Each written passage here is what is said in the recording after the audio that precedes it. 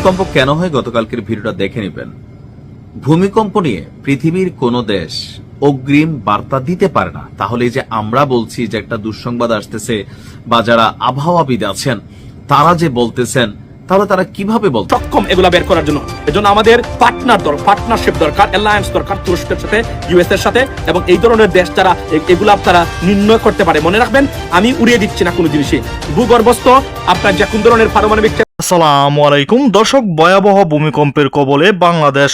5.7 এই ভূমিকম্পের কবলে পড়ে বাংলাদেশের বিভিন্ন স্থানে বিল্ডিং ধসে পড়েছে এবং প্রাণহানির সংখ্যা এখনো পর্যন্ত 11 জনের, আহত হয়েছে 200-র অধিক। বাংলাদেশের ভূমিকম্প আরও ভয়াবহভাবে আঘাত হানতে পারে বলে জানাচ্ছেন বিশেষজ্ঞরা। বিশেষ গবেষণায় জানা যায় এই ভূমিকম্পের পিছনে রয়েছে ভারতের ব্যাপক হাত। দর্শক, বিস্তারিত দেখতে পারবেন এই ভিডিওতে, তাই 1 সেকেন্ডও না টেনে পুরো ভিডিওটি দেখবেন। চ্যানেলে নতুন হলে সাবস্ক্রাইব করে রাখবেন পরবর্তী আপডেট পাওয়ার জন্য। ভিডিওতে একটি লাইক করে দেখতে থাকুন সম্পূর্ণ ভিডিওটি। পার্টনারশিপ দরকার, অ্যালায়েন্স দরকার তুরস্কের সাথে, ইউএস এর সাথে, এবং এই ধরনের দেশ যারা এগুলা তারা নির্ণয় করতে পারে। মনে রাখবেন, আমি উড়িয়ে দিচ্ছি না কোনো জিনিসই। ভূগর্ভস্থ আপনার যে কোন ধরনের পারমাণবিক টেস্টিং ভারত ঘটাতে পারে সেটা বাংলাদেশে এসে পড়তে পারে, বাংলাদেশকে ধ্বংস করে দিতে পারে। আমি নিশ্চিত করে বলতে পারি, I do not rule out this kind of possibility. Please ladies and gentleman, যারা বাংলাদেশের মানুষ আছেন, এটা বুঝবেন। এটা আমি কিন্তু কোনোভাবে রুল আউট করতে পারি না। Bangladesh is a very fragile country Indian আগ্রাসনের কারণে। আসসালামু আলাইকুম লিসেন জেন্টলম্যান, হ্যাপি ফ্রাইডে। নিশ্চয়ই ভালো আছেন সবাই। আজকে সবচেয়ে বিব্রতকর এবং ব্রেকিং নিউজ হলো ভারতের জন্য। ভারতের ফাইটার জেট, নিজস্ব প্রযুক্তিতে তৈরি যুদ্ধ বিমান বা ফাইটার জেট, যেটা তেজাস, আজকে দুবাইয়ের ইয়ার শোতে আপনার ক্রাশ বা দুর্ঘটনার বা আপনার কি বলে এটাকে, এই দশে পড়েছে। রীতিমতো বিব্রতকর, হিউমিলিয়েটিং ফর ইন্ডিয়ান এয়ারফোর্স।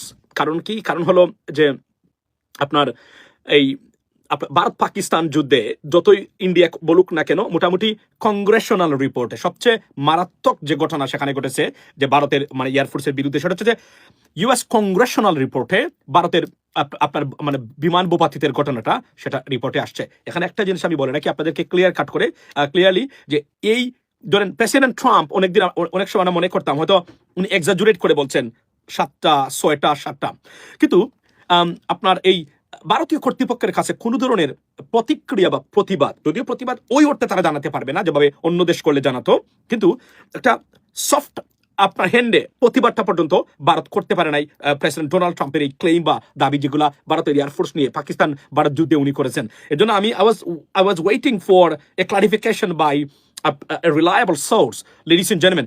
এবং অবশেষে আমরা কি জানলাম সেটা হলো যে ইউএস কংগ্রেশনাল রিপোর্ট কনফার্ম করেছে এবং এই রিপোর্টে মিথ্যা তথ্য দেওয়ার সুযোগ একদমই নাই। এটা আপনাদেরকে যারা এই দেশ সম্বন্ধে জানেন, আমেরিকার সম্বন্ধে জানেন, তাদেরকে আমি দেড়টু ভাষা বলতে চাই, তারা নিশ্চয়ই জানেন কংগ্রেশনাল রিপোর্টে যদি না কোনো ফ্যাক্ট ফাইন্ডিংস না থাকে এবং মাল্টিপল সোর্সেস বা ইন্টেলিজেন্স এজেন্সি বা তাদের যে বিভিন্ন ধরনের মেকানিজম বা সোর্সেস বা ইনস্টিটিউশনস আছে যেগুলো তারা ট্র্যাক করে থাকেন, তারা নিশ্চিত করেছেন সেখানে কমপক্ষে আপনার 6টা এই কি এয়ারক্রাফট ভূপাতিত করেছে পাকিস্তান এয়ারফোর্স অর্থাৎ ভারতের।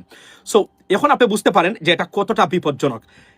এরই মধ্যেই আপনার দুবাই এয়ার শোতে ভারত সারা পৃথিবীর আপনার জানেন যে এয়ারফোর্স অংশগ্রহণ করে থাকে বা আপনার এভিয়েশনের যারা আছেন তার বিভিন্ন প্রতিষ্ঠান বা এবং সংগঠন আপনার এই অংশগ্রহণ করে থাকে। সেই দুবাই এয়ার শোতে সবচেয়ে বড় বিপজ্জনক এবং লজ্জা, যেটাকে বলি দুঃখজনক এবং লজ্জাজনক, দুটো ঘটনাই ভারত এখানে নিয়ে আসছে আপনার এই এয়ার শোতে।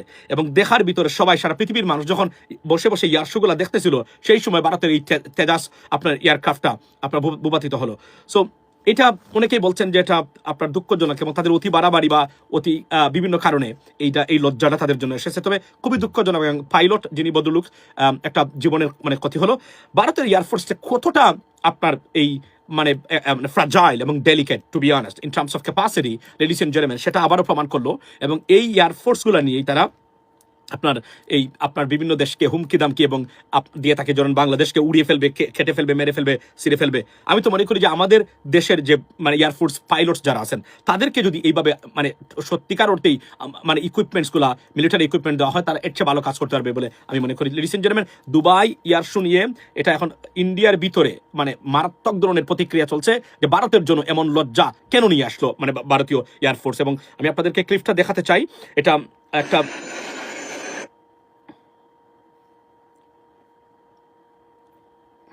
দেখেন আপনারা।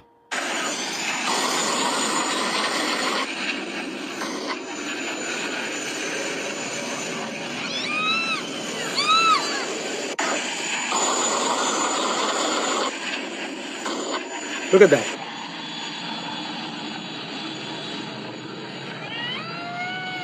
So, সারা পৃথিবীর সামনে সালামু আলাইকুম। একটা খারাপ সংবাদই আজকে আবারও নিয়ে আসছি। আমি অনেকগুলো আর্টিকেল পড়তেছিলাম, এমনকি ভূমিকম্পের উপরে অনেকগুলো আর্টিকেল পড়লাম। আপনাদের সাথে নিউজটা করার আগে নিজের জানার জন্য করলাম।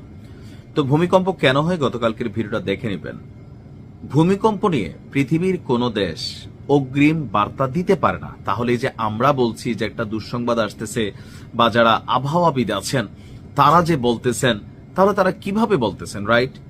প্রথমত হচ্ছে এটা নিয়ে কখনোই স্পষ্ট কখন কোন দিন কোন জায়গায় হবে এরকম বার্তা পৃথিবীর কোনো বিজ্ঞানী দিতে পারবে না।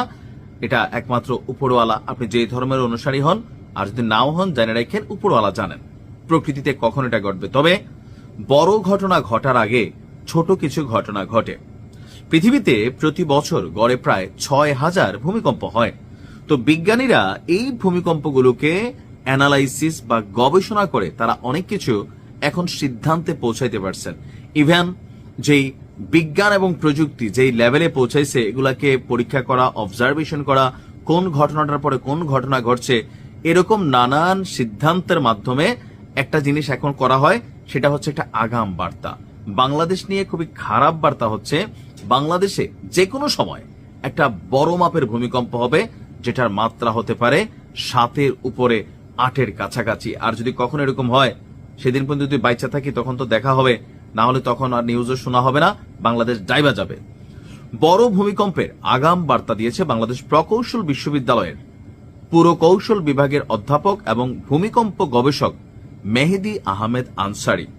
তিনি বলছেন, বড় ভূমিকম্প আসার আগে ছোট ছোট অনেকগুলো ভূমিকম্প হয়, আর এটা হচ্ছে বড় ভূমিকম্প হওয়ার আগে আগাম বার্তা। তিনি বলছেন যে সাধারণত 100 থেকে 150 বছর পর পর একটি অঞ্চলে বড় মাত্রার ভূমিকম্প হওয়ার শঙ্কা থাকে। বাংলাদেশ এবং এর আশপাশের কাছাকাছি এলাকায় গত 150 বছরে একটি বড় এবং প্রায় 5টি মাঝারি মাত্রার ভূমিকম্প হয়েছে। প্রিয় দর্শক, সম্পূর্ণ ভিডিওটি দেখলেন, অবশ্যই বুঝতে পেরেছেন ভিডিওটি গুরুত্বপূর্ণ ছিল। দর্শক, এই ভিডিওতে যে তথ্যগুলো আপনারা পেয়েছেন এ বিষয়ে আপনাদের কি মতামত তা অবশ্যই কমেন্ট করে জানাবেন, এবং পরবর্তী আপডেট ভিডিওগুলো সবার আগে পেতে চ্যানেলটিকে এখনই সাবস্ক্রাইব করে রাখুন। এই মুহূর্তে বিদায় নিচ্ছি, দেখা হবে পরবর্তী কোনো ভিডিওতে।